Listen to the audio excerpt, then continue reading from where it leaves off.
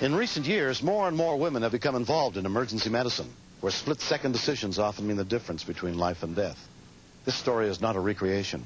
It's the reality of working in the EMS units and trauma centers on the front lines of medical care in Las Vegas, Nevada. 7:34 p.m. Paramedics are dispatched to a traffic accident. We got one DOA here at this time. Let's go ahead and get the coroner responding at this location. Fatal. We got some information over the radio that this was a 3-victim accident, and one of the victims was dead at the scene. Control 927 arrived. In spite of all our safe driving techniques, if somebody comes through a red light with a 3, 4, 5,000 pound vehicle, he's going to get you. Got a truck on the left as well.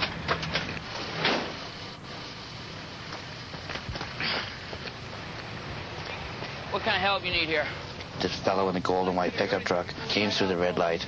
There was no warning for the passenger of the blue vehicle. It was over instantly. He may not have even seen the vehicle coming. I'm going to go over here and help this crew. Paramedic Debbie Elder is treating the driver of the blue car. What do you need, Deb? Get some help here. Okay. You have to hold him down. Okay. Hey, turn it around, guys. All right. Looking at the damage of the vehicle, which was incredibly severe. Hi there. There was no passenger side left. There was no back seat.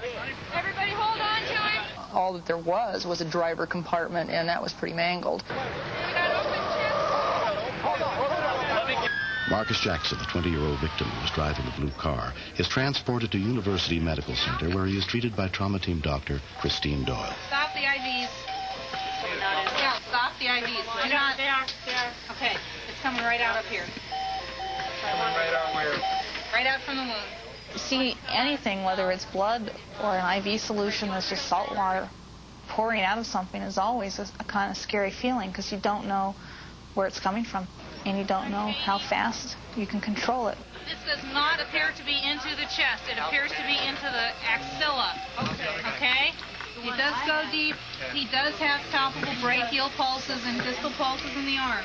Although the chest cavity was not penetrated, the paramedics made the correct assumption that it existed, even though it didn't. Sort of Murphy's Law. Treat something that can hurt you, even if it's not there. Yeah, we need to scan him head and belly. We also probably should shoot his arch. We may want to do that first. A CAT scan is taken of Marcus's head and chest. Marcus's mom was expecting the worst because of what had happened at the scene. So when you see him, it's going to be kind of scary. You understand that? Is he still living? He's still alive. Thank God. His blood pressure is Thank fine. God. His heart is working fine. Thank God. We're getting all these fancy x-rays, CAT scans. So far, everything looks okay. The head CT scan is fine. Marcus had seriously fractured his arm. But to be able to tell a parent or a loved one that their child or spouse is going to be all right is always a pleasant chore. It's always nice to be the bearer of good news. Thank you. We'll let you see him in a little bit. She took the time to let me hold her hand and listen to me. And that was important to me, what Dr. Doyle did. Not only her medical profession, you see what I'm saying? Because that's what she's being trained to. But the woman part in her and the human part in her opened her heart to me. You can't help but be human, and that means that you hurt for somebody. In this case, Marcus lost a friend and was seriously injured and unable to help his friend. And that always affects the patients, and it always affects us. There are times when you go off in a corner and cry. You can't not do it. There are times when you go home and you cry and you wonder what you did wrong, because you can't save everybody. And we were lucky. Marcus was lucky. If they hadn't have been there on the scene to give their support, if it wasn't anything but to lift his hand on the stretcher or to wipe the blood away, thank God for them. Because if it wasn't for them, Marcus wouldn't have made it.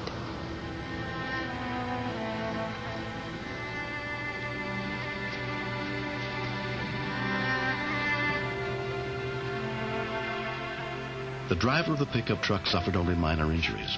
He was convicted of driving under the influence and sentenced to 12 years in prison.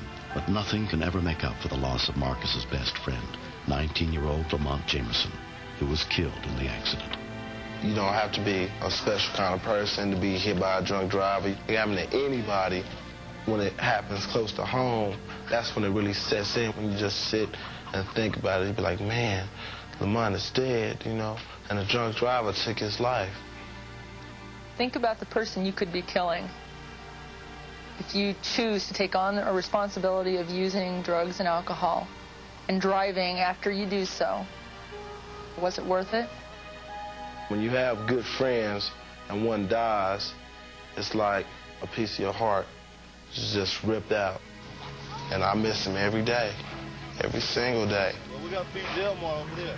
What Marcus went through changed his whole entire life. Now I hold every day of my life precious, and I appreciate all the help the paramedics did by getting me to the hospital. That's probably why I'm here today. Next, his eyes were starting to roll back in his head. I knew that if I lost it, that there would be no one there to help him.